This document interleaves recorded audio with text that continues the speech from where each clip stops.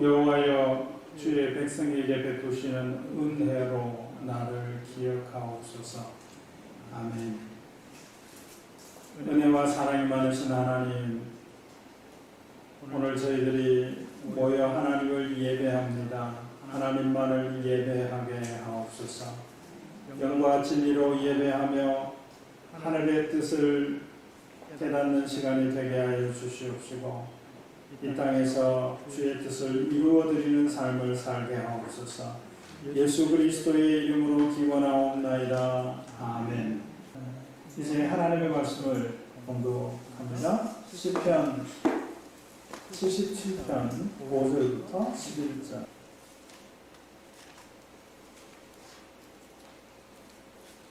(77편) 5절부터 11절을 공독해드리겠습니다. 내가 옛날 곧 지나간 세월을 생각하여 싸우며 밤에 부른 노래를 내가 기억하여 내 심령으로 내가 내 마음으로 간구하기를, 주께서 영원히 버리실까? 다시는 은혜를 베풀지 아니하실까? 그의 인자하심은 영원히 끝났는가? 그의 약속하심도 영구히 패하였는가? 하나님이 그가 베푸실 은혜를 잊으셨는가? 노하심으로 그가 베푸실 긍휼을 그치셨는가 하였나이다. 설라. 또 내가 말하기를 이는 나의 잘못이다. 지존자의 오른손에 해 곧 여호와의 일들을 기억하며 주께서 옛적에 행하신 기이한 일을 기억하리이다. 아멘. 어떤 사람은 앞만 보고 사는 사람이 있는 것 같아요. 앞만 보고 달려가는 사람. 물론 그 사람도 앞만 보고 달려가는 사람이 아니라 생애 주기 어떤 기간 동안에 앞만 보고 달려가는 거예요. 그러다가 가정에 어려움이 있고 이러면 내가 앞만 보고 달려갔다. 주로 이제 가장들이 하는 이야기이기도 하죠. 때로는 우리가 앞만 보고 달려가야 될 때가 있어요. 뒤를 돌아보지 말아야 될 때가 있습니다. 뒤를 돌아본다라고 하는 것은 미련을 둔다는 거예요. 창세기 19장에 보면 롯의 가족에게 앞만 보고 달려가라, 앞만 보고 소돔 이성을 떠나라 라고 말씀하셨죠. 그런데 롯의 아내는 뒤를 돌아봤습니다. 뒤를 돌아봤다는 것은 소돔성의 생활에 대한 미련을 벗어버리지 못했다 하는 것입니다. 우리도 돌아서서 정한 방향이 있을 때 다시 돌아보지 않고 미련을 두지 않고 달려가야 될 삶이 있습니다. 우리 죄에서 돌아섰으면 죄된 생활, 죄로 인한 즐거움을 주는 그 생활에 미련을 두지 않고 앞만 보고 그리스도를 향하여, 표대를 향하여 달려가는 그런 삶을 살아가야 합니다. 때로는 살아갈 때 옆을 보며 살아가야 합니다. 옆을 보며 살아가기도 합니다. 옆을 보면서 비교하면서 살아가죠.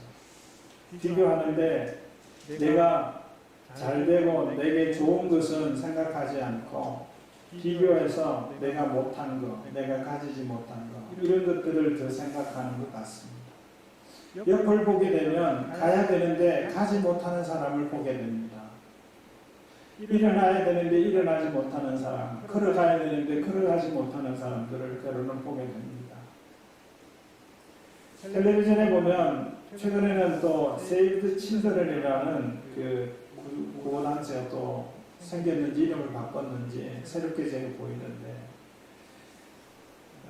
여러 구호단체들이 있고 선전하는 것을 보게 돼요. 그런 걸 볼 때마다 참 가슴이 먹먹하고 답답하고, 여전히 거기에 나오는 아이들 이름도 다온이라는 아이들이 있더라고요. 혼자 일어서지 못하고 혼자 걸어갈 수 없는 그런 사람들을 보게 됩니다. 그런 면에서 때로는 우리는 옆을 보기도 해야 합니다. 그런데 앞만 볼 것이 아니고 옆만 볼 것이 아니라 때로는 미련을 버리지 못해서가 아니라 뒤를 돌아보기도 해야 합니다. 이전에 내게 어떤 일이 있었고 그 일들을 어떻게 견뎌냈고 그 일들을 견뎌낼 수 있을 때 누구의 역할들이 있었는가 하고 하는 것을 되돌아보는 것이죠. 역사를 공부하는 이유가 여기에 있는 줄 압니다. 6월달은 호국고훈의 달이죠. 호국고훈, 나라를 지키고 나라를 위하여 힘쓴 사람들의 공훈에 보답하는 일들입니다. 그런데 현금의 우리나라에 보면 이 공헌하면서 희생한 사람하고 피해 입은 사람하고 헷갈리는 것 같아요. 나라의 권력에 피해 입은 사람들이 있죠.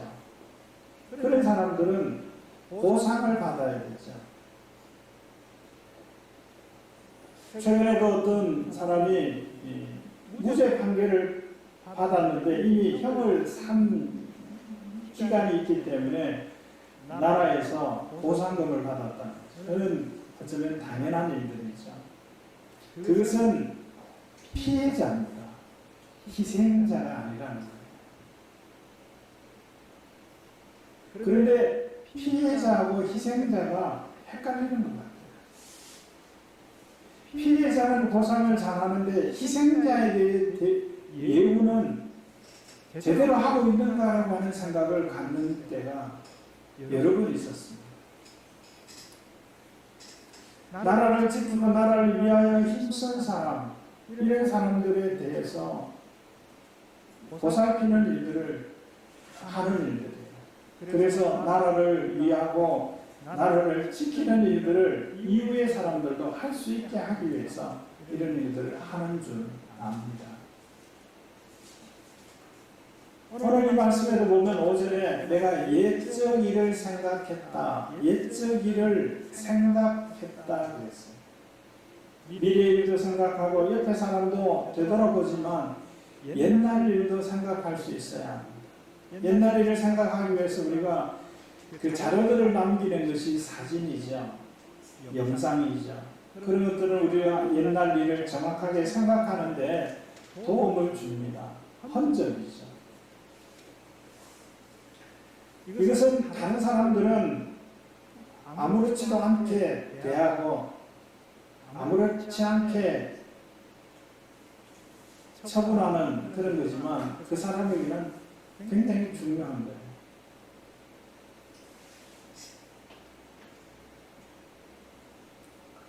내가 옛적 지나간 세월을 생각했는데 그런데 그 다음에 두 가지 행동들을 하게 됩니다. 한 가지는 오늘 6절에 있는 내용대로 밤에 부른 노래를 내가 기억하고 그랬어요.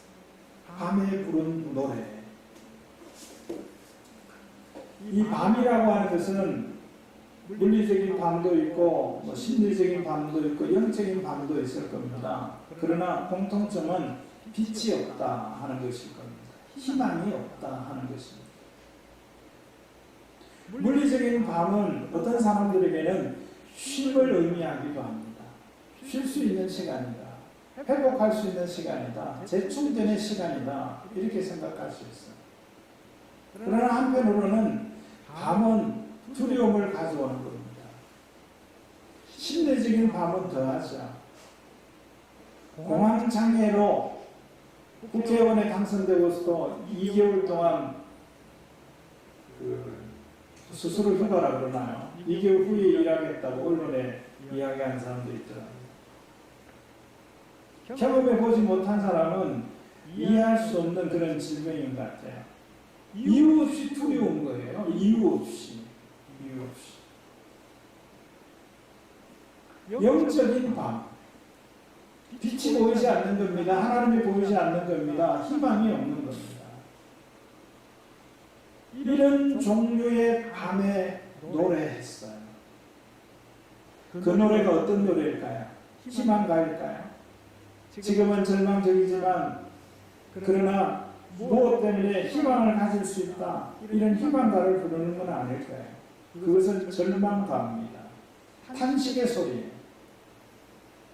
내가 옛날 지나간 일들을 생각했는데 밤에 부른 노래를 내가 기억했다 그랬어요.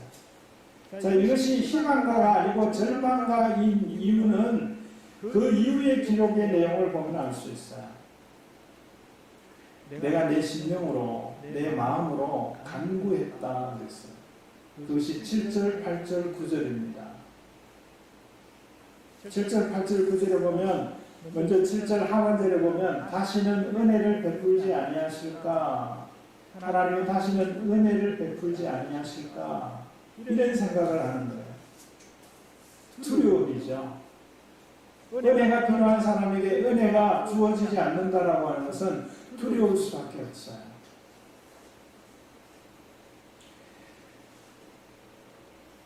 9절에 보면 하나님이 그가 베푸신 은혜를 잊으셨는가? 이 말씀을 계속해서 읽으면서 제가 들었어요. 그러니까 어떻게 들리는가 하면 이렇게 들리더라고요. 하나님이 그가 베푸실 은혜를 잊으셨는가? 베푸실 은혜를 잊으셨는가? 계속해서 읽으면서 들어보니까 이렇게 들리는데 어떻게 들리냐면 하나님께서 은혜 베푸시는 방법을 잊어버리셨는가? 이렇게 들리니까 더 절망적이더라고요. 하나님께서 은혜를 베푸실 방법을 잊어버리셨는가? 하나님께서 은혜 베풀어야 될 대상을 잊어버리셨는가? 그렇게 들리더라고요, 이 말씀이. 옛적일을 생각하면서 밤에 부른 자기의 노래를 기억할 때에 이어지는 말들이 이겁니다. 그리고 7절 처음에는 이런 말씀이에요. 주께서 영원히 버리실까? 하나님은 종말론적으로 선택과 유기를 하셨어요. 종말론적이라고 하는 것은 우리 인생에 한 번 있는 사건을 의미할 때 그렇게 표현할 수 있어요. 종말론적인 의미에서 선택하시고 유기하셨어요. 선택하셨다. 하나님의 자녀로 선택하셨어요. 그리고 내버려 두었어요. 버렸다는 거죠. 자, 그런 면에서 하나님께서는 버리시는 분이에요. 그런데 하나님께서 종말론적으로 선택한 그 백성인데 이렇게 이야기하는 거예요. 하나님께서 영원히 버리실까? 그 말이에요. 자, 하나님은 버리시는 분이에요. 종말론적으로 버리시기도 하고 선택한 자를 일시적으로 버리시기도 해요. 근데 그 선택한 자들은 영원히 버리지는 않으셔요. 버리셨어요. 목적이 있어서 버리셨어요. 그리고는 다시 주우셔요. 닦으셔요. 고치셔요.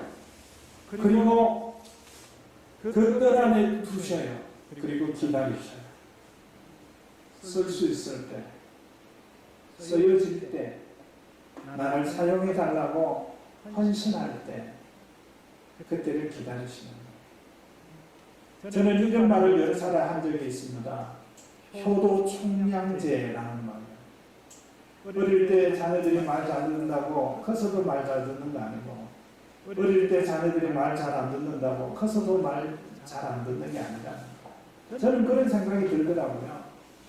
일평생 동안 언제 할지는 모르지만 자녀는 부모에게 효도한다. 시기가 달라요. 어떤 아이들은 어릴 때 하고 어떤 사람은 나이가 많아서 하고 그 차이가 있을 수 있어요. 물론 어릴 때부터 죽을 때까지 다 하는 사람도 있죠. 하나님께서 이런 마음으로 우리를 기다리신다는 것이죠. 하나님을 위해서 사는 것도 총량제가 있다고 생각해요. 모든 사람이 하나님을 위해서 살지 않는 것처럼 한 사람이 모든 생애 주기 가운데 다 하나님을 위해서 살 수 있을까? 어떤 사람은 이때, 어떤 사람은 저때, 때로는 다른 것. 왜 이런 것들이 필요할까요? 똑같은 사람이 같은 시대에 2020년에만 하나님께 헌신하고 2020년 이전에 이후에 하지 않는다면 어떤 일이 있을까요? 그러나 어떤 사람은 2019년도에 헌신하고 어떤 사람은 2020년도에 헌신하고 어떤 사람은 2021년에 헌신하고 그래서 어떤 일들이 가능할까요? 늘 누군가는 하나님께 헌신한다. 늘 누군가는 교회를 위하여 일을 한다 하는 것입니다. 하나님께서 일시적으로 버리시지만 다시 주셔서 닦으시고 고치시고 뜰 안에 두시고 그리고 기다리시는 겁니다. 쓰여질 때 쓰십시오 할 때 그때를 기다리시는 거죠. 그러나 이 7절과 9절까지 내용은 옛적 일을 생각하다가 자기의 밤에 부른 노래를 기억하니까 그 다음에 나온 내용들이에요. 그 내용들은 하나님이 영원히 우리를 버리실까, 하나님이 은혜 베푸실 방법과 은혜 베푸실 대상을 잊어버리셨는가, 이런 이야기를 하는 거예요. 기쁜 마음으로요? 기대하는 마음으로요? 아니요. 원망하는 마음으로, 불평하는 마음으로. 특히나 전쟁과 전염병이 창궐할 그때에 이런 이야기를 많이 했어요. 2차 대전 때 나치 치하에 있던 신학자도 하나님이 죽었다라고. 왜냐하면 이런 상황 속에서 저 히틀러가 하는 저 짓을 하나님이 그대로 보시는 그 자체는 하나님이 죽었다고, 신은 죽었다라고 이야기했어요. 그와 같은 이야기를 한 거예요, 지금. 자, 그런데 10절에 보면 또 내가 말하기를 이는 나의 잘못이다 그랬어요. 이는 나의 잘못이다. 우리 한글 성경으로만 이렇게 보면 이는 나의 잘못이다. 여기 10절 전반 10절 9절하고 10절 사이에 어떤 일이 있었을까요? 보이지는 않지만 분명히 존재 역사하는 일이 있습니다. 9절까지는 밤에 자신이 부른 노래를 기억하면서 하나님을 원망하는 이야기를 쏟아내고 있는데 이제 10절부터는 이는 나의 잘못이다. 이 이는이라고 하는 대명사는 앞에 있는 내용을 받는 거잖아요. 앞에 있는 내용이 뭡니까? 7절부터 9절까지 있는 내용들. 하나님은 영원히 우리를 버리셨나? 하나님은 은혜 베푸시는 방법을 잊어버리셨나? 하나님은 은혜 받아야 될 대상을 잊어버리셨나? 이런 원망스러운 말들을 쏟아내고 있었는데 10절에서는 이는 이렇게 말하는 것은 나의 잘못이다. 다른 사람의 잘못이 아니고 나의 잘못이다라고 고백하고 있습니다. 누구의 역할이 있었을까요? 본문에는 그 내용이 나오지 않지만 성경에서 나오는 내용을 가져와서 말씀을 드리면 하나님의 역할입니다. 잘못을 깨닫는 것, 성령의 역사하심입니다. 성령의 역사하심이 없으면 자기의 잘못을 깨달을 수가 없어요. 사람들이 잘못했다고 말하고 법원이 판사가 잘못했다고 말을 해도 자기가 깨닫지 못하면 잘못했다고 인정하지 않아요. 이제는 흔해진 거잖아요. 흔해졌어요.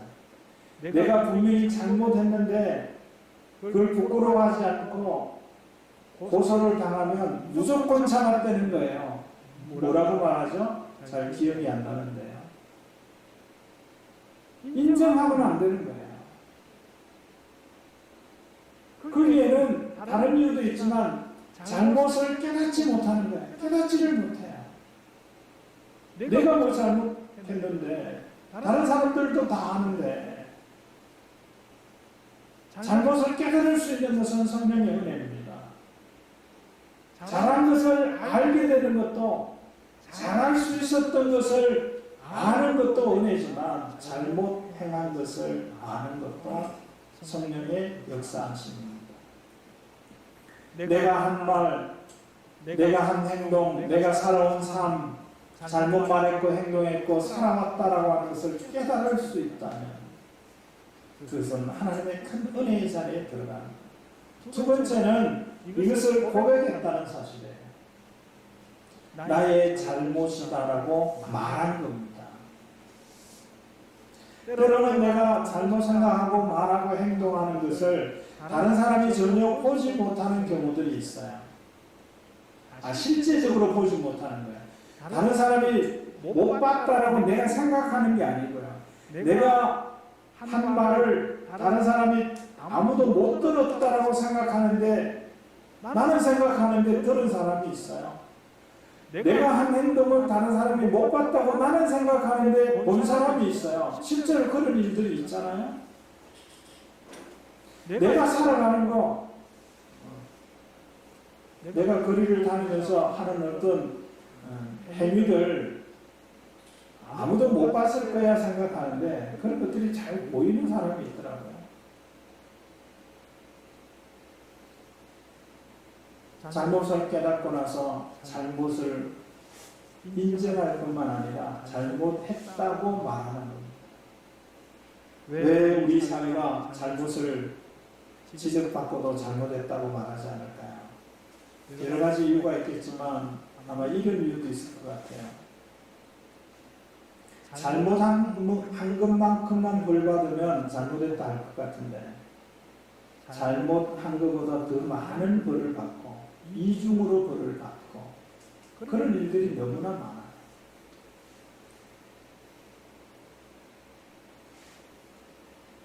옛날에 이조시대나 고려시대 이럴 때 보면 잘못을 해서 벌을 받았고 귀양을 갖고 또 사약을 갖고 그렇게 해서 무덤에 묻혔는데 그 무덤도 파내는 그런 일들이 있잖아요.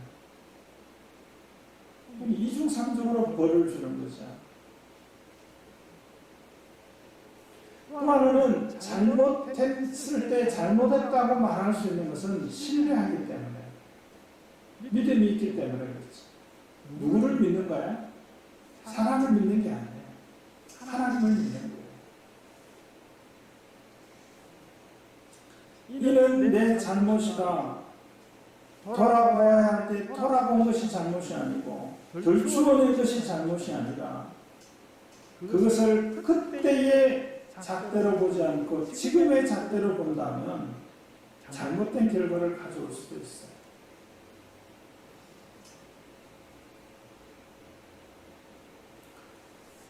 자, 이 잘못을 고백하고 나서 이제 어떤 일을 하는가 하면 11절에 보니까 10절 하반절에 지존자의 오른손에 해 그랬어요. 지존자의 오른손에 해가 뭡니까? 이 반응만 가지고 한번 설명을 해볼게요. 지존자 그러면 지극히 존귀한 분, 오른손 그러면 주로 성경에는 권능을 의미하거든요. 해라고 하는 말은 해로운 이런 말이 아니라 1년 1년 할 때 그 해예요. 그래서 다르게 표현하면 지극히 존귀한 능력이 많으신 분의 날 이렇게 이야기하면 되죠. 그래도 어렵네요. 그런데 성경은 참 친절하게 이 지존자의 오른손의 해가 뭔지 그 뒤에 바로 설명을 하셨어요. 11절에 보면 곧 그랬어요. 자, 지존자의 오른손의 해가 뭐냐면 여호와의 일들을 기억하며 됐어요. 여호와의 일들입니다. 여호와의 일. 여호와의 일들은 또 뭐냐? 또 설명을 했네요. 그 뒤에 보니까 주께서 옛적에 행하신 기이한 일을 했어요. 그래서 지존자의 오른손의 해라고 하는 말은 옛적에 여호와 하나님께서 행하신 기이한 일들, 이 기이한 일, 기적과 같은 일 이거예요. 이걸 기억한다는 겁니다. 그런데 이걸 기억하리라 그랬어요. 하지만 이걸 기억하겠다. 옛날의 일들을 생각하면서 이전에는 어떻게 했냐면 밤에 자기가 부른 노래를 기억했어요. 그랬더니 하나님을 원망하는 자의 모습을 보였습니다. 그런데 그것이 잘못인 줄 알았어요. 성령의 깨달음으로 알게 됐고 하나님을 신뢰함으로 그것을 고백했습니다. 그러고 나서는 이렇게 말합니다. 내가 옛날 일을 생각하면서 이제는 하나님께서 행하신 기적과 같은 일들을 기억하겠다는 하나님께서 행하신 일은 사실은 다 기적과 같은 일일 수 있어요. 하나님께서 내게 행하신 기적과 같은 일, 여러분 내가 예수 믿고 이런 상황 가운데서도 예배를 고수하는 이거 기적에 포함되는 것이라는 생각해 보셨습니까? 죽은 자가 살아나고 앉은 내가 일어나는 것만 기적입니까? 회개하는 것이 기적이에요. 사람이 할 수 있는 일이 아니에요. 회개한다는 것은 단순히 뉘우치는 게 회개가 아니에요. 다시는 그 일을 하지 않는 게 회개입니다. 그래서 회개라고 하는 그 단어의 뜻은 돌아앉는다는 뜻이에요. 돌아앉는 거예요. 방향을 완전히 바꾸는 거예요. 죄로 세상으로 향하던 생각과 모든 삶을 하나님께로 향하는 거예요. 표대를 향하는 거예요. 그게 회개예요. 회개가 뭐냐? 신학교에서 쓰면 뉘우치는 거. 그러면 쫙. 회개는 다시 똑같은 잘못을 저지르지 않는 거예요. 어떻게 그것이 가능합니까? 사람의 힘으로 가능한 일들이 아니죠. 잘못을 깨닫고 그것을 고백하게 되어질 때 이제는 옛날 일을 생각하면서 밤에 부른 나의 노래를 기억하지 않겠다는 겁니다. 무엇을 해야 되겠다고 생각하기 때문에 옛적에 행하신, 내게 행하신, 우리 가족에게 행하신, 우리 교회에 행하신, 한국교회에 행하신, 자유대한민국에 행하신 하나님의 기적 같은 그 일들을 기억하기 위해서 밤에 부른 나의 노래를, 절망적인 노래를 기억하지 않겠다라고 다짐하고 있는 거예요. 여기서 더 나아가서 옛적에 말씀하신 하나님의 약속의 말씀, 그 미쁘신 하나님이 하신 그 약속의 말씀, 그 약속의 말씀을 기억하겠다는 것입니다. 약속을 기억하는 사람은 약속이 이루어지는 곳을 찾아갑니다. 약속을 기억하지 못하면 약속이 이루어지는 그때에 약속이 이루어지는 그곳이 아닌 다른 곳에서 헤매고 다닐 수밖에 없어요. 왜 약속을 기억해야 합니까? 약속은 반드시 이루어지기 때문에 그렇습니다. 그 약속을 기억하지 못하는 사람은 그 약속이 이루어지는 그 현장을 찾지 않습니다. 6월은 기억의 달입니다. 지난 날들을 생각하는 달입니다. 지난 날들에 있었던 일들을 생각하는 것입니다. 조국 자유대한민국을 위해서 생명을 바친 희생자, 피해자가 아니라 희생자들을 기억하는 달입니다.